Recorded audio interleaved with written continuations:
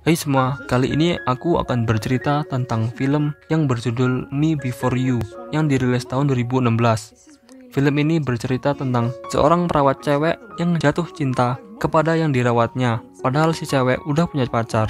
Karena si cewek terbiasa sehari-hari bertemu dengan yang dirawatnya, jadi timbullah cinta.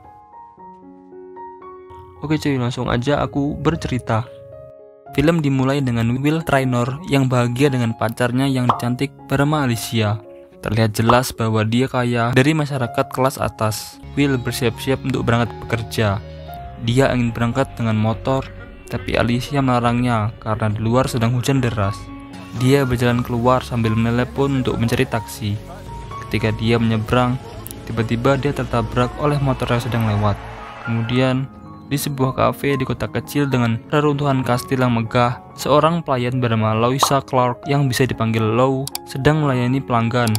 Dia sangat cantik dan manis tapi cerewet, dan dia berusaha menyenangkan semua orang. Ketika pelanggan terakhir telah meninggalkan kafe, pemilik kafe merubah tanda tutup di pintu, meminta maaf kepada Louisa sambil menyerahkan amplop berisi gaji sebulan. Louisa berjalan pulang ke rumahnya, di mana dia tinggal bersama orang tuanya bernama Josie dan Bernard, saudara perempuannya bernama Katrina, putra Katrina, dan kakeknya. Mereka sedang berkumpul di dapur yang kecil. Keluarga itu bergantung pada gaji Louisa karena ayahnya nggak bekerja, dan Louisa kehilangan pekerjaannya. Ortunya berbicara tentang betapa sulitnya mencari pekerjaan. Di stadion, Louisa sedang duduk di tepi lintasan. Seorang datang menghampirinya. Dia adalah Patrick, pacar Louisa yang udah berpacaran selama 6 tahun. Dia berbicara dengannya tentang mendapatkan pekerjaan. Patrick menyarankannya untuk pergi ke pusat lowongan kerja. Louisa sedang duduk di meja depan petugas tenaga kerja. Petugas itu memberitahu dia bahwa dia kehabisan pilihan untuknya. Kemudian dia menemukan pekerjaan yang gak jauh dari rumahnya. Tapi Louisa perlu pakaian yang bagus. Pekerjaannya sebagai perawat dan pendamping pria cacat, dan gajinya juga lumayan. Ditambah lagi nggak memerlukan keterampilan khusus. Louisa berpakaian seperti tahun 1980-an. Kemudian dia berangkat dengan bus. Sampainya di sana, dia memasuki halaman dan bertemu seorang bernama Camilla Traynor yang sedang menunggu Louisa di pintu masuk. Dia menyapa Louisa dan memintanya masuk. Saat dia duduk, saking gugupnya, roknya malah robek. Dia mencoba untuk menutupinya dengan jaketnya, sementara dia dengan canggung tergagap selama wawancara. Louisa mengakui bahwa dia nggak punya pengalaman, tapi dia bisa belajar dengan cepat dan akan merawat suami Nyonya Camilla dengan baik. Camilla mengatakan kepadanya bahwa putranya yang butuh perawatan, bukan suaminya. Putranya mengalami kelumpuhan dalam kecelakaan 2 tahun lalu. Lou tercengang. Kemudian Camilla menawarkan pekerjaan kepada Louisa. Lou tampak terkejut tapi senang, dan dengan penuh semangat setuju untuk segera memulai. Camilla menjelaskan sistem kerja kepada Louisa dan mengatakan bahwa Phil nggak boleh ditinggalkan sendirian selama lebih dari 15 menit. Camilla membuka pintu dan memberitahu fasilitas yang bisa dipakai Louisa. Kemudian Camilla dan Louisa memasuki ruangan dan memperkenalkan kepada Will. Dia duduk di kursinya, tegak dan tidak bergerak. Lou tersenyum lebar dan menyapa. Will membuat suara keras yang gak jelas. Ibunya menegurnya karena membuat Lou ngeri. Kemudian Will memperkenalkan dirinya dengan normal. Will kemudian tahu kalau rok Louisa robek. Di samping Will ada Nathan yang bekerja sebagai perawat Will. Camilla meminta Nathan untuk memberitahu Lou rutinitas dan peralatan Will. Kemudian Camilla pergi dari situ meninggalkan mereka. Lou tersenyum dan menawarkan untuk membuat teh. Keluarga Lou senang ketika mereka mendengar bahwa dia mendapat pekerjaan dengan keluarga Traynor yang sangat kaya. Besoknya, Louisa tiba di tempat kerjanya. Nathan menunjukkan padanya sebuah catatan besar yang berisi jadwal perawatan Will. Kemudian Nathan menjelaskan bahwa dia akan melakukan pekerjaan yang berat dan menangani masalah fisik yang rumit. Nathan memberitahu dia harus merawat pasien lain dan menyuruh Louisa untuk menelponnya jika ada perlu. Louisa mengobrol dengan Will. Dia menyuruh Louisa untuk nggak banyak omong di dekatnya. Louisa setuju dan mengatakan dia akan berada di dapur jika dia dibutuhkan. Dia menghabiskan pagi harinya membaca catatan. Nathan tiba pada waktu makan siang. Kemudian dia menyarankan Louisa makan siang sementara dia merawat Will. Louisa terus bekerja, mengenakan pakaian nyentrik yang berbeda setiap hari yang membuat Will merasa cringe. Suatu malam, Louisa dan Katrina mengobrol di kamar tidurnya. Lou membenci pekerjaan itu dan berpikir untuk resign. Kemudian Katrina berniat untuk kembali kuliah. Dia memohon Louisa untuk bertahan demi dia. Dan Louisa yang baik hati berjanji bahwa dia akan mencoba. Suatu hari, Will memiliki pengunjung, yaitu Alicia dan sahabat Will bernama Rupert. Kemudian mereka mengatakan kepadanya bahwa mereka akan menikah, dan mereka pergi. Ketika Louisa berada di dapur, dia mendengar suara kaca pecah. Dia menemukan Will dengan foto-fotonya yang berserakan di lantai. Dia bergegas membersihkan pecahan kaca sebelum merusak ban kursi roda Will. Louisa bersama Patrick sedang duduk, mengatakan tujuan yang dia pilih untuk liburan mereka ke Norwegia. Louisa berpura-pura antusias, dan mereka akan melihat pemandangan. Di tempat kerja, Louisa mencoba memperbaiki bingkai foto Will yang rusak. Dia menjelaskan bahwa gambar yang rusak itu bukan kecelakaan, dan Will emang mau ngerusak bingkai foto itu dan menyuruh Louisa pergi. Louisa kehilangan kesabaran dan mengatakan yang sebenarnya. Dia hanya melakukan pekerjaan sebaik mungkin dan dia sangat butuh duit. Will memintanya untuk menaruh foto-foto itu ke dalam laci. Suatu hari yang hujan, Will meminta Lou untuk memutar DVD film. Lou nggak suka dengan film Prancis, tapi Will memaksa Louisa untuk menonton bareng. Ketika film selesai, Louisa mengakui bahwa dia menyukai film itu. Setelah hujan reda, Will mengajak Louisa keluar ke taman. Will melakukan pemeriksaan rutin di rumah sakit. Nathan dan Louisa sedang menunggu di luar ruangan. Nathan menjelaskan bahwa tubuh Will bagian bawah gak berfungsi, dan Louisa tercengang mendengar itu. Besok paginya Louisa berangkat kerja. Stephen muncul dari kamar tidur Will, menjelaskan kalau Will sedang kedinginan. Dia memberitahu bahwa istrinya sedang pergi dan dia telah menghubungi Nathan. Lalu dia pergi mengatakan kalau butuh tinggal telepon aja. Ketika Lou memeriksa Will, dia memintanya untuk merubah letak bantalnya karena nggak nyaman. Setelah itu Will pucat dan terlihat sakit. Louisa mencoba menelepon Stephen dan Nathan. Pada saat Nathan tiba, dia sangat khawatir. Nathan langsung beraksi, membuka baju Will dan meletakkan handuk basah di dadanya untuk membantu menurunkan suhu tubuhnya. Louisa memperhatikan bekas luka yang terlihat di pergelangan tangan Will. Malamnya, Louisa sedang membaca buku, kemudian dia meraih laptop, membuka laptopnya dan mengklik folder video yang menunjukkan gambar Will yang tampak bugar dan sehat. Dia memasang earphone dan membuka video itu. Ada cuplikan Will melakukan berbagai aksi berani. Will bangun dan melihat dia tersenyum di laptop. Louisa menutup laptopnya, tersenyum kepadanya. Will bertanya mengapa dia masih di sana pada jam selarut ini. Louisa menjelaskan dia terjebak dengannya.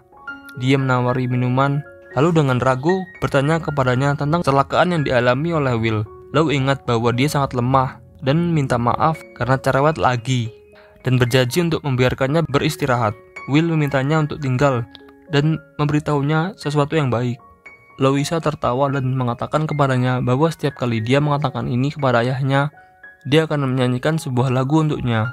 Will memintanya untuk menyanyikannya, dan Louisa menyanyi dengan sangat jelek. Akhirnya Will tertidur.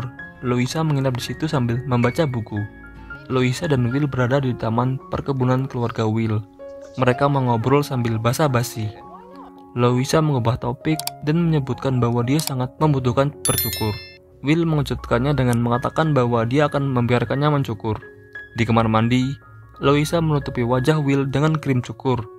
Dia menutup matanya saat Louisa mulai mencukurnya dengan hati-hati. Ketika dia selesai, Will membuka matanya, senyuman lebar menyebar di wajahnya. Louisa masuk ke aula kediaman utama dan membuka beberapa kertas. Louisa mendengar suara orang tua Will sedang berdebat. Camilla menyebutkan surat dari Swiss dan mengatakan kepada Stephen kalau dia nggak percaya kalau Stephen membantu Will untuk mengakhiri hidupnya. Stephen memberitahunya bahwa mereka telah membuat kesepakatan dengan Will bahwa dia ada waktu 6 bulan, tapi dia tahu itu adalah keinginannya dan betapa sakitnya dia. Louisa yang mendengar itu tercengang. Kemudian dia pulang tanpa sepatah kata pun dan nggak menanggapi ucapan selamat tinggal Will. Louisa menelepon saudara perempuannya dan mengatakan kepadanya bahwa dia membutuhkannya. Ketika mereka bertemu, dia memberitahu Katrina apa yang dia dengar dan mengatakan bahwa dia nggak bisa kembali ke sana.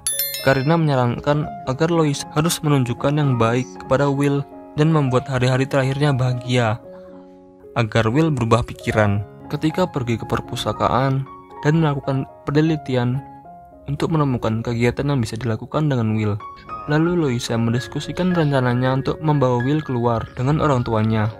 Mereka senang dia terus maju dan mencoba. Keesokan paginya, Loisa sampai di kamar Will. Dia sangat bersemangat tentang rencananya hari itu. Loisa memberitahu mereka bahwa mereka akan pergi menonton balapan kuda. Kemudian mereka sampai di tempat balapan kuda. Loisa memarkirkan mobil di tempat lapangan basah dan kursi roda Will tersangkut di lumpur. Loisa meminta sekelompok pemuda yang lewat untuk membantu mereka. Mereka menonton beberapa balapan. Kemudian Loisa membuat malu ketika mereka ditolak masuk ke restoran dengan alasan bahwa mereka memiliki rencana yang salah. Kemudian Nathan memberitahu Loisa bahwa Will ingin pulang aja. Kembali ke rumah, Will duduk di kursi rodanya di ruang tunggu. Loisa masuk, dia mengakui bahwa menonton balapan kuda bukanlah ide yang baik. Kemudian dia mengundang Will untuk pergi bersamanya ke konser musik Mozart. Will mensetujuinya. Kemudian ketika Loisa telah meninggalkan ruangan, senyuman bahagia menyebar di wajah Will. Melalui webcam, Loisa mendiskusikan gaun untuk konser dengan saudara perempuannya. Katrina mengatakan kepadanya untuk mengenakan gaun merahnya. Pada malam konser, Loisa tiba di rumah Will. Ketika dia melihat Loisa yang mengenakan gaun merah dengan sepatu hitam dan rambutnya tergerai, syal merah muda melingkari lehernya. Dia melihat Loisa dan menyuruhnya untuk melepaskan syal.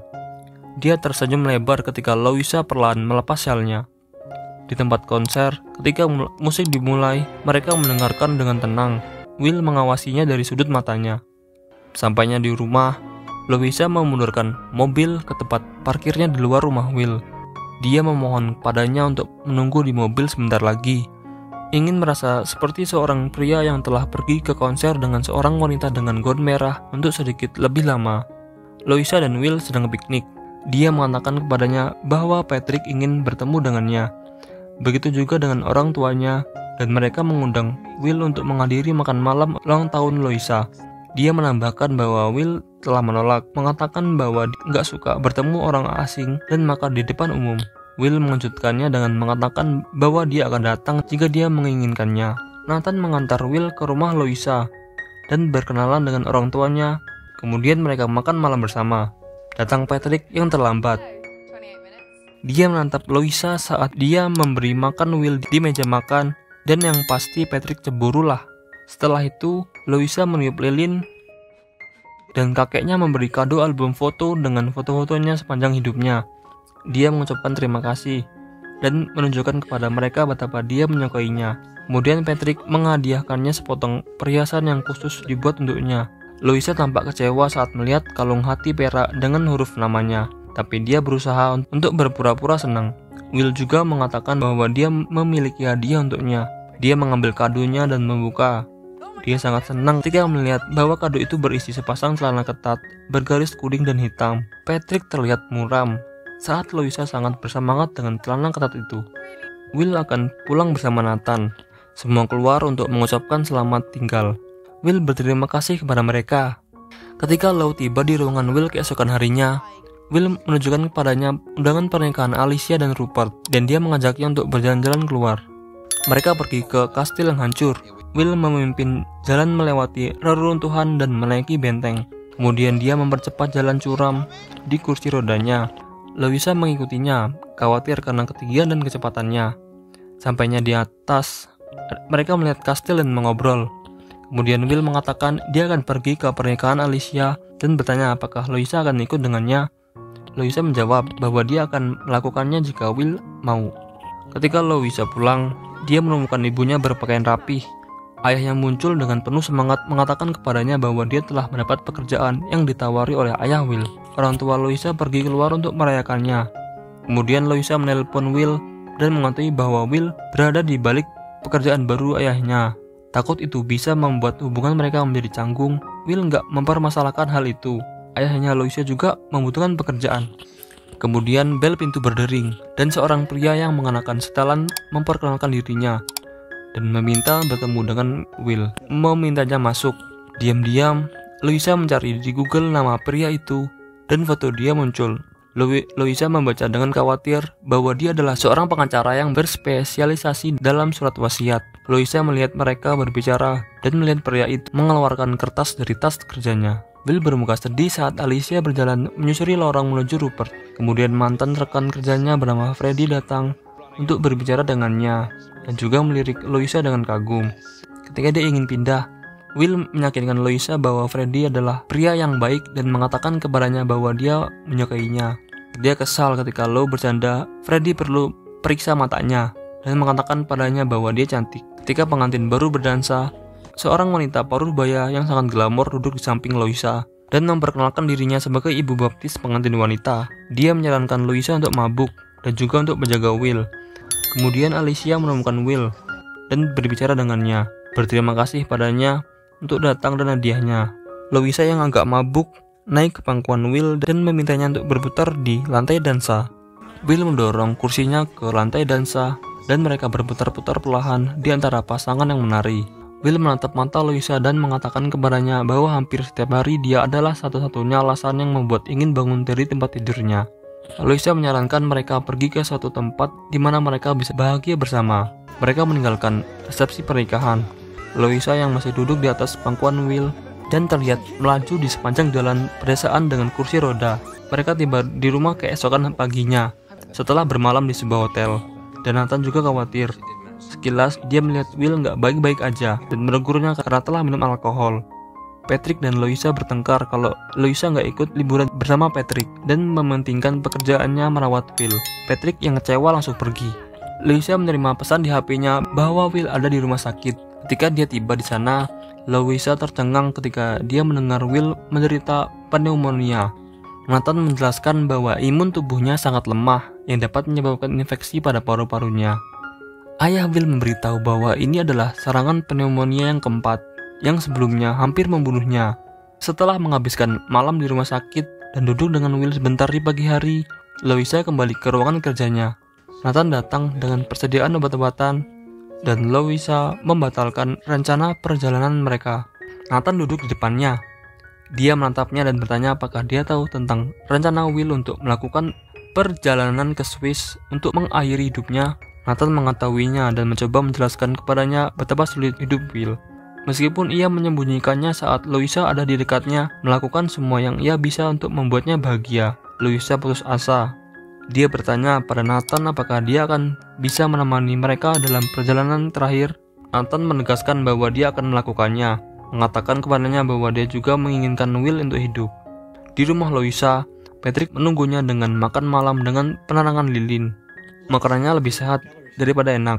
Ketika dia melihat brosur perjalanan yang direncanakan Louisa untuk Will, dia menjadi semakin cemburu, mengatakan itu bukan liburan tapi bulan madu. Ketika Louisa menyebutkan bahwa Nathan akan datang juga, itu membuatnya semakin marah. Louisa lebih mengutamakan Will daripada Patrick. Patrick yang sakit hati pergi meninggalkan Louisa. Louisa dan Will dan Nathan bepergian dengan jet pribadi. Mereka tiba di sebuah resort pantai mewah di lokasi yang eksotis. Louisa menghabiskan seluruh waktunya dengan Will. Ketika Nathan nggak dibutuhkan, dia menghibur dirinya sendiri dengan seorang cewek dan meyakinkan Nathan bahwa mereka akan baik-baik aja.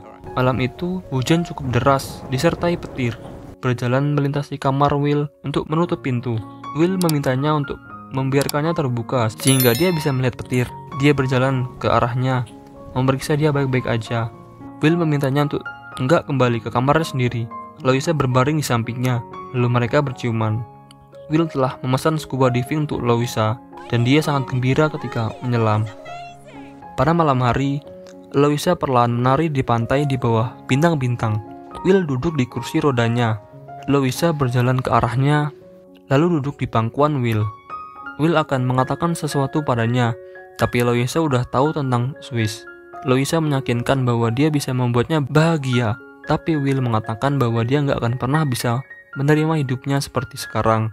Dia mengatakan kepadanya bahwa apa yang telah dilakukan untuknya selama beberapa minggu terakhir adalah hal terindah yang bisa dilakukan siapapun untuknya. tetapi dengan tegas menambahkan bahwa ini adalah harus berakhir untuknya. Kemudian dia memintanya untuk melakukan perjalanan ke Swiss bersamanya sampai akhir.